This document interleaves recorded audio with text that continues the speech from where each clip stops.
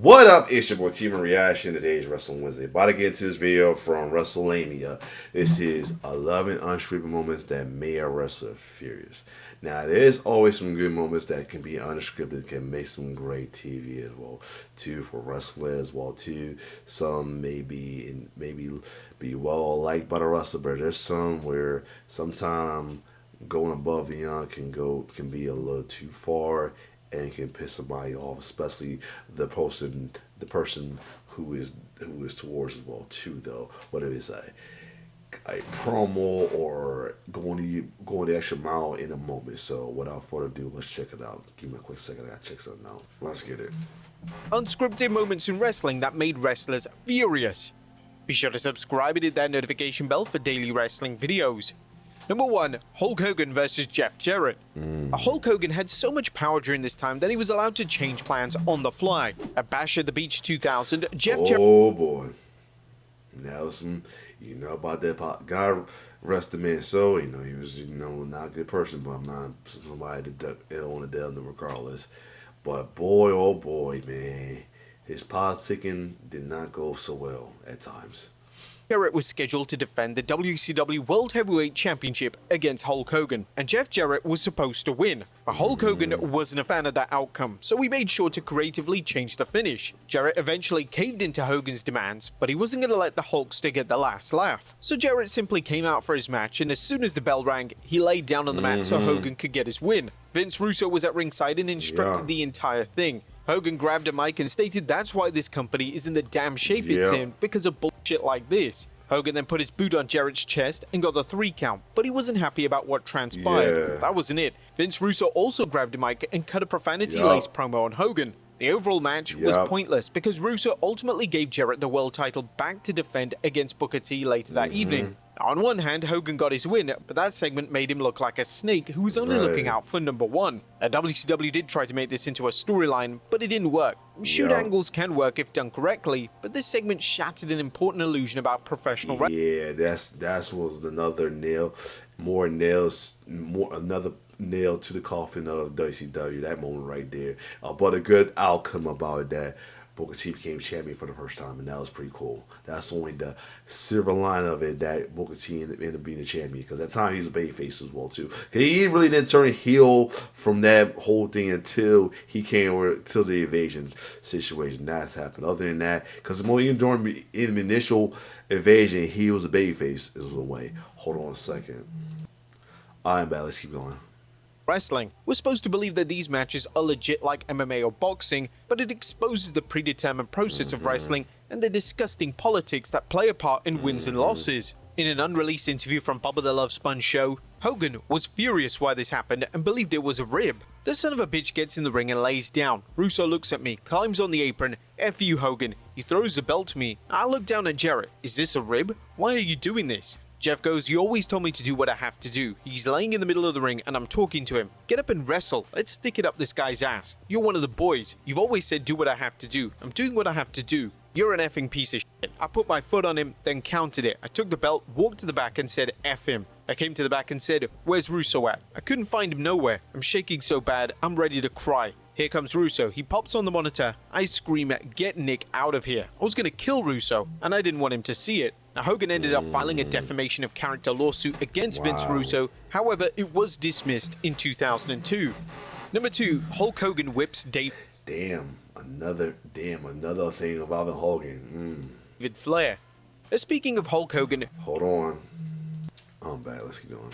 Who could forget his WCW feud with Ric Flair? It was one of the biggest feuds in the company's short history, and it was a mixed bag. Not terrible, but nothing spectacular either. However, one of the more memorable moments was Hogan whipping David Flair like he stole something from him. Now, this was actually a good and emotional segment that got over how intense the rivalry between Hogan and Ric Flair was. Flair was pissed, and based on the story he should be, but the Nature Boy was genuinely upset over how hard Hogan whipped his son. Reportedly, Hogan got some extra muscle behind those whips, but both David and Ric Flair have gone on record stating that Hogan was supposed to only whip him a couple of times. The Hall of Famer actually whipped David more than 15 times. Flair stated in his book To Be the Man that no one informed him that Hogan was trying to cut and whip him over and over again. Flair even said that he would never forgive Hogan for what he did to David Flair. But of course, time heals all wounds, as before Hogan's unfortunate passing, Ric Flair and Hulk Hogan had made up and became That's good good to friends. know. It's just a shame that the angle had the lame payoff of David turning on his father a few weeks later, but that's for another list. Yeah. Number 3,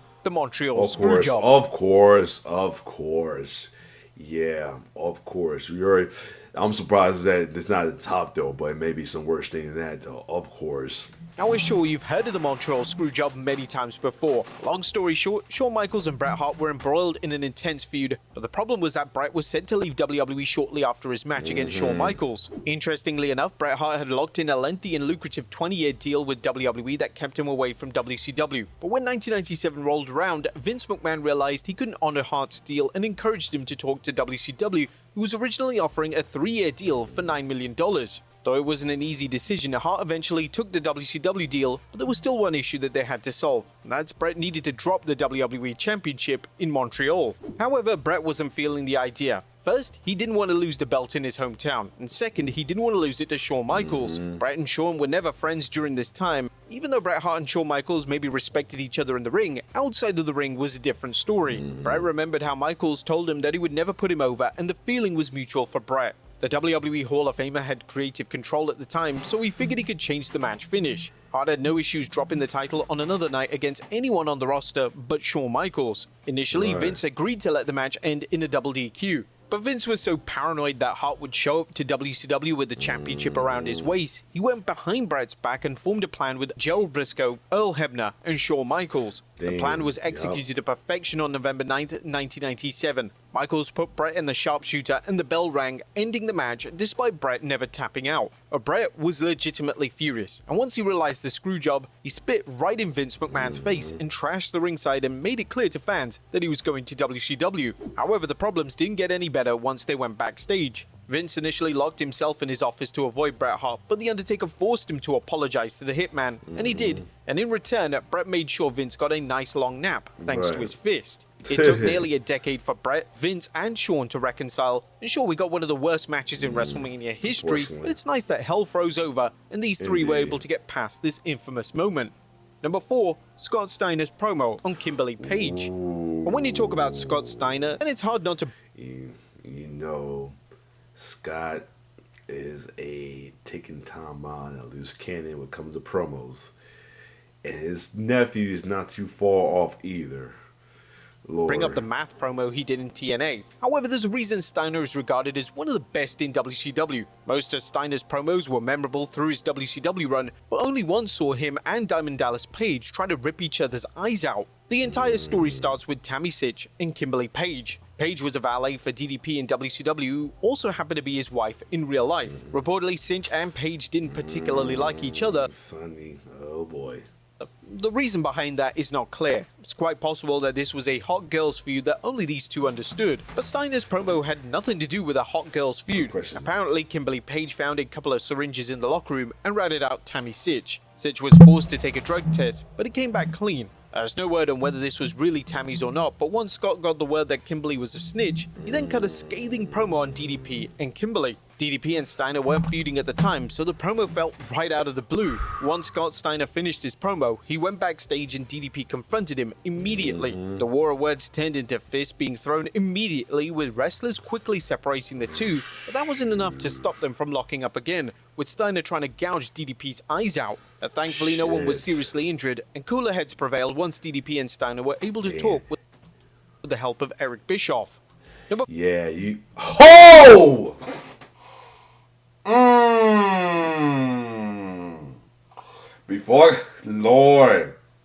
Before we get to this, yeah, man. If I'm not involved in your promo, your feud or anything like that, in the words of Will Smith, keep my wife name out your fucking mouth. That's almost it right here. Shout out to Kimberly Page. I see she still look hot, you know. Tammy Sytch on the other hand. Me, I say more, but Kimberly still looks hot though. I say that. In an old little mature milky way, she still looks hot as well too. You can't say the same with Tammy Sytch. I mean, I shouldn't talk about people's looks, but you know how the fact that how bad of a person she was. Just saying. Saying karma. That's all I'm gonna say. Anyway, but whoo boy, it should have been the Miz. That's all I'm gonna say. It should have been the Miz. And Miz is really making, despite him being a heel right now, all kayfabe gimmicks, everything style. Miz is doing his thing. Since then, despite coming in second place, being a runner up, it should have been the Miz that won. Cause this motherfucker, yeah, I bet they regret making him the winner of that Tough Enough that year. Cause, oh boy, that's all I'm gonna say. Number 5, Daniel Puder. Now, the story of Daniel Puder and Kurt Angle lives in infamy. Puder's wrestling career was rather forgettable, but he's forever etched his name in the WWE history books because of 2 segments. The first is Kurt Angle challenging Tough Enough contestants to a quick match. The Olympic gold medalist easily got through Christopher Nowinski and issued out the challenge to another cast member. Daniel Puder accepted the challenge and came seconds away from embarrassing the former WWE champion. The two locked up a little bit, with Angle getting the better of Puder in the first few seconds, but then Puder locked in a Chimera lock. The Chimera lock is a very dangerous move, as it can easily break your arm. Puder came seconds away from putting Angle on the injured list until referee Jimmy Corderas got the bright idea to quickly count to 3 while Puder's shoulders were down. Corderas' quick thinking saved Kurt Angle from a serious injury, but the Hall of Famer was furious about the situation. No fights broke out backstage or anything, but Angle was the established veteran and Puder was the rookie. This was a breakout moment for Puder, but nothing ever came out of it. You can really tell Kurt was heated following the brief match. Now, there has been different sides to the story. From Kurt's perspective, he was injured and claims that the match was supposed to be an amateur wrestling bout. From Puder's perspective, he didn't do anything wrong. He pointed out that the rules specifically said no striking. I think he's a little plug. It showed when I went to go shake his hand, he didn't want to shake my hand. I get it. I showed him on TV. He was expecting me. Yeah, dude's a cocky, arrogant dickhead, yo. Which is something he didn't do. Puder claims that Kurt was pissed and thought he was a moron for doing such a thing. However, this wouldn't be Puder's only memorable moment in his extremely short WWE career. As number 6, WWE Wrestlers vs. Puder. Fast forward 2 months later and Daniel Puder got into the main event. Unfortunately for him, that was a painful experience that left the former WWE star bitter and angry. According to Kurt Angle, Puder was quite the arrogant prick backstage, and for all his talents as an MMA fighter, Puder wasn't lighting the world on fire as a pro wrestler, but he was acting like he was. So Chris Benoit, Eddie Guerrero, and Hardcore Holly wanted to teach the rookie a big lesson. Puder was booked as the 3rd entrant in the 2005 Rumble, but it wasn't because WWE wanted to spotlight their new star. It was because it gave Eddie, Benoit, and Hardcore Holly a chance to beat the hell out of the poor kid in the ring. That humiliating experience was the last time Daniel competed on the main roster, and the former WWE star was then sent to OVW as he was no Ken Shamrock. Daniel was eventually released, and though he had brief stints in Ring of Honor and New Japan Pro Wrestling, his career was never able to recover following that Royal Rumble match. Years after the hazing incident, Puder discussed that moment, and he didn't hold back his words when he talked about Benoit, Guerrero, and Hardcore Holly on Hannibal TV. The former WWE star labeled Holly as a profiteer and an insignificant jerk who didn't care about people. And Eddie Guerrero and Chris Benoit. What did it really say? Go back. What did it? So I could have taken all 3 of them if I wanted to go smash them all. Hardcore, is he tough? Yeah, he helped coach me back in the day, but I asked him for help and support. Then he went and taught smack in his book to get better ratings and sell more books. So he's a profiter. He doesn't care about. Okay, so you meant about that part. He just cut through though. Who didn't care about people. And Eddie Guerrero and Chris Benoit, well, there's no love lost for those 2 men. Puder said that he thought that they were nice guys at first, but he boldly stated, "Look who treats people good in this world, and look who treats people like crap, and see what happens to their lives." And they people have their own perspective, their own story, so who knows? Create their own outcomes. Now, it's not surprising that Puder is bitter about the experience, but WWE was a different time during this era where hazing of this nature was pretty common to the rookies. There is a question mark on what could have happened if Daniel opted to re-sign his WWE deal. Would he have been a future Hall of Famer? We never know, but he had 2 moments that will never be forgotten. Number 7, Kofi Kingston doesn't stay down. Sometimes yeah. Is this the one with stupid? Improvisation isn't because a wrestler doesn't want to follow the rules. It can be because a wrestler simply forgot their spot. That was the case for Kofi Kingston, and he was sentenced to mid-card purgatory for over a decade. In 2009, Kofi's star was beginning to rise, and he was a hot commodity at the time, and Vince decided to test the waters with him in the main event. So Kofi feuded with Randy Orton, and the feud was actually going great for the former IC champion until Kofi became stupid on January 11th, 2010. The ending of the match was supposed to be Kofi taking a punt kick, but he kept getting up and expecting an RKO. This pissed off Randy Orton so much that he gave Kofi the stiffest RKO he could ever do. Orton could be audibly shouting out, "Stupid!" and he got the pin. Yup. Oh man, yup. Yup. I heard about that. Yeah, that's what stabbed him for a while. Took him to that WrestleMania. When he took him up that wrestler a couple years ago, 2019, when he finally won it though. Yeah. Took like to 2019 for Kofi to happen just because of this situation here. And the thing about it, the feud was good, man. The build-ups to it was good, especially when Kofi destroyed his car and all that. He had his moment, just him messing up right there. Stifle a lot, man. But thank God he recovered himself and got his moment though, and then until Brock, but still. Sent back down the card after this match. Reportedly, the former WWE champion told Vince that Kofi wasn't ready for the main event, and Orton's word effectively ruined any sort of big push that Kofi... And that's the thing about it, too. If Top Star say something to the head person, you're done. You're done. You're done. No matter, it's maybe some level to how done you are, but you're done. I mean, if you guys are top star at the time and he don't give him or you don't impress him enough, or you do something stupid like that, regardless he was a heel at the time, it's not a good look. You're done. You fucked up. You're done. There's no way around it. You're gonna have to work your way back up, or just suffer the consequences. I mean, it depends on how you take it afterwards. Either you're going to go with the grain and say, you know what, I messed up, let me make stuff back up, or you know what, or you feel it's unfair, and all of a sudden you just go downhill to downhill. But either way, Kofi took it with grain, took it like a man, went through his moments as well too, and now he has his Kofi Mania, and then again his Kofi Mania later on in life, despite the ending of his reign getting cut short in 10 seconds from Brock. But yeah, other than that, yeah. Kofi was supposed to get. Now, it's unknown if Kofi was on the verge of winning the WWE title at the time, as there were rumors about him winning the Money in the Bank briefcase. Orton has never talked about this beyond their feud in 2019, but the Viper has stated in past interviews that he was a dick during this time. Kofi was... And that's the other thing too, bro. We ain't gonna call Orton no saint. Even here, I know he's a heel. He wasn't being a saint anyway, but outside of that, he was no saint. Around time, Orton was a problem backstage too. And around this time, during the Viper moment, during the Apex Predator moment earlier time, he was a dickhead. And in ring and outside of ring. So yeah. Was a victim of Orton's immaturity and anger. Though we can't change the past, he was finally rewarded the WWE Championship at WrestleMania 35. Number 8, the Faces of Fear attack Lee Marshall. Meng and Barbarian were known as the Faces of Fear, and they were a solid tag team that didn't go very far in WCW. Perhaps that's why they randomly attacked Lee Marshall during the World War III Battle Royal. Now, the World War III match was already a chaotic bout itself. It was a company signature match that featured 60 wrestlers competing in 3 rings, with the elimination happening once a competitor was thrown over the top rope. During the match in '96, Lee and Larry Zbyszko were announcing when Meng and the Barbarian attacked him out of the blue. Lee was furious about this assault. He knew nothing about this random attack, and he was simply the announcer.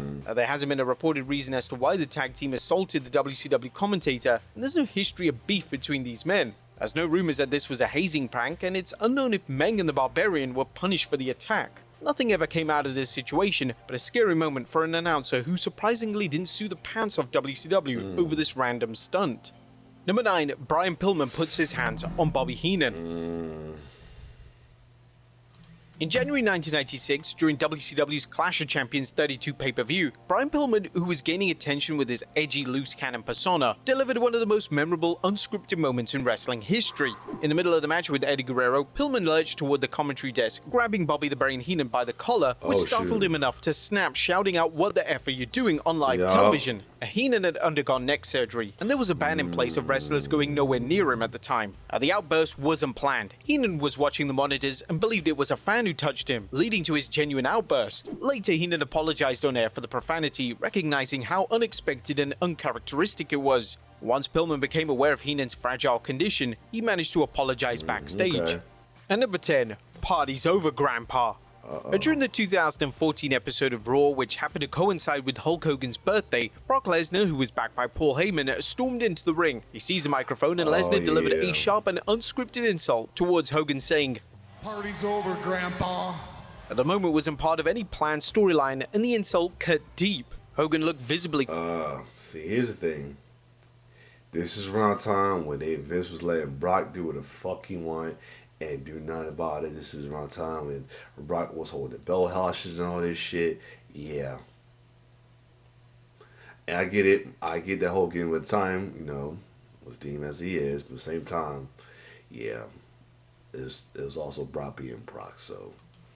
Furious, clearly not anticipating such disrespect. Before Hogan could retaliate, John Cena rushed into the ring, ready to go to war with Lesnar. Fans even thought Cena might challenge Lesnar right there and then, instead of waiting for their scheduled SummerSlam showdown. Despite Cena's presence diffusing the situation, it remained clear that Hogan was genuinely upset with the line. Hogan later addressed the incident, stating, "All I gotta say is, Brock, you can't say all that stuff. You can't say that stuff in front of my wife and kids. It's not cool, brother. When he starts throwing my name around with my wife and kids, it's crossing the line." I put like this. I think Hogan took it too personal, but at the same time, the fact that it was unscripted, it was Brock being Brock, doing the fuck he want and everything. So it was definitely a two situation with that. Scripted moment created palpable tension in the ring and served as a powerful setup for the Lesnar vs. Cena match at SummerSlam. And number 11, Goldberg gets his head sprayed. On January 4th, 1999, WCW Nitro delivered one of its most infamous moments in wrestling history, the finger poke of doom. After Nash laid down for Hollywood Hogan, allowing Hogan to reclaim the WCW World Heavyweight Championship with a single poke to the chest, the reunited NWO celebrated in the ring. Goldberg, who had been WCW's unstoppable force and recently lost his undefeated streak to Nash, was ready for some much-needed payback and ran in to give them all a beatdown. Even when Goldberg was heavily outnumbered, he managed to beat them down. However, the numbers game became stronger thanks to a betrayal from Lex Luger, as well as Scott Hall, who was armed with a taser, and all managed to incapacitate him. But the assault didn't stop there. In a humiliating act, the group spray-painted NWO across Goldberg's back. Now, before the show, Goldberg told the members of the NWO to avoid spray-painting his head during the beatdown. However, Scott Steiner and Hulk Hogan didn't get that memo and sprayed his bald head jet black and red. Goldberg was legit pissed off with this unscripted moment, even noticeably we saw you get up. Yeah, that's legit piss right there. Breaking character to acknowledge it. But there you have it, folks. Unscripted moments. Yeah. Sometimes it sucks that he didn't get the memo, but at the same time, I can definitely get added to when keeping the heels go wrong right there. Yeah. So let me go look through these as well too, though. This was a fucked up moment, but it made up with it with Brooke T winning the title. Yeah, Hogan went too far with that one. There's a lot of Hogan in this. We already know about this situation. No need to reiterate with that. Yeah, Scott went. Yeah, like I said, the words of Will Smith. If I'm not part of your feud, your storyline, not like that. In the words of Will Smith, keep my wife's name out your fucking mouth. Yeah, and Tammy. Yeah, we see the karma going on with Tammy Stitchman now. And side note, if I can get the picture of that. No. If I can catch that in a way. R.I.P. Daphne. But yeah, Peter. Yeah. All I gotta say, it should have been Miz who won. Peter, they should have knew from there that he was a problem, but I don't know why they decided to have him win the whole thing. And then he showed how much of an ass he was, and he got humbled, and everything. And he still like seemed like he's still a dick, to be honest. Yeah, Kofi, that was just unfortunate, man. I'm glad he bounced back and had Kofi Mania. And again, also part of it was Orton at the time was a dick inside and outside the ring. This situation was just unfortunate. And same here, unfortunate misunderstanding. Glad that they squabbled it up. And yeah, this was literally Brock being Brock. That's all. Brock being Brock and Hogan being Hogan. That's all that is. And yeah, when keeping it heel go wrong, is all I'm gonna say about that. Other than that, if you like my reaction on this, like, share, subscribe to my YouTube channel. It's your boy T-Bird signing off. One love.